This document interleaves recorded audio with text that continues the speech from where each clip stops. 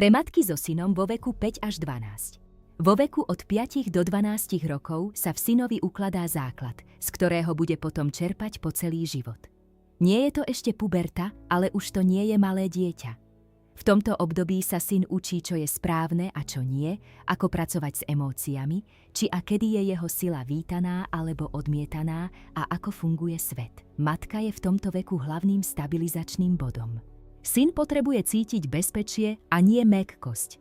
Bezpečie nevzniká z ustupovania, ale z predvídateľnosti a pokoja. Syn potrebuje cítiť, že sa mama nezľakne jeho emócií, že ho mama neopustí, keď je nahnevaný a že mama je schopná udržať hranice aj v napätej situácii.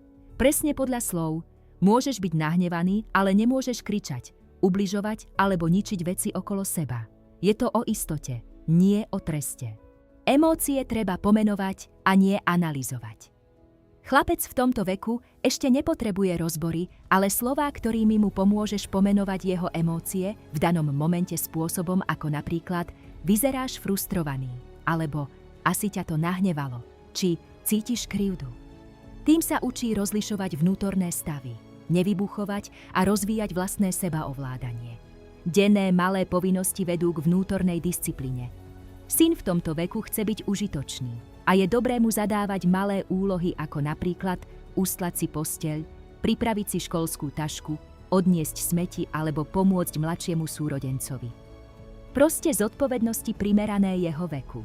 Nie ako trest, ale ako dôkaz dôvery a môžeš mu to aj potvrdiť slovami ako toto je tvoja úloha, verím ti. Pohyb je emocionálna hygiena.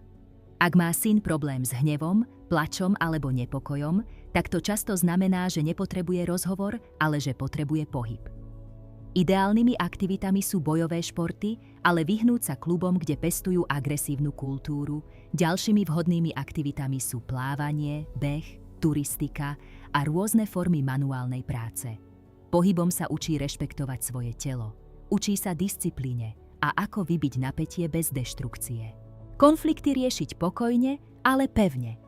V tomto veku syn testuje hranice, tvoju autoritu a zmysel pre spravodlivosť. Ty ako matka a vodca nevyjednávaj v afekte, nekrič a neponižuj ho, ale povedz mu napríklad: teraz sa upokojíme a potom sa o tom porozprávame. Tým ho učíš sebaregulácii. Slová, ktoré budujú mužský základ. Syn si pamätá vety, nie prednášky. Motivuj ho a hovor mu: som na teba hrdá. Vidím, že sa snažíš. Zvládol si to lepšie než včera, alebo urobil si chybu, to nevadí. Tým sa v ňom buduje sebadôvera, odolnosť a vnútorný pokoj. Ako si vybudovať blízkosť bez závislosti? Láska sa nerovná pripútaniu. Dovoľ synovi skúšať veci sám, dovoľ mu zlyhať a následne hľadať riešenia. Buď blízko, ale nestoj medzi ním a svetom. Na záver pre matky. Vek 5 až 12 je čas, keď sa buduje chrbtová kosť, to jest jeho charakter. Bez kriku, bez drámy a bez dokonalosti. Stačí pokojná pevnosť, jasne nastavené hranice a dôvera v jeho silu. Tak vyrastá chlapec, ktorý sa raz nebude báť byť mužom. Ak sa vám toto video páčilo a prinieslo vám hodnotu, budeme radi za každý like. Nezabudnite sa prihlásiť na odber a klikni na subscribe, aby vám neušli ďalšie videá zo Slavianskej akadémie. Ďakujeme, že ste súčasťou komunity.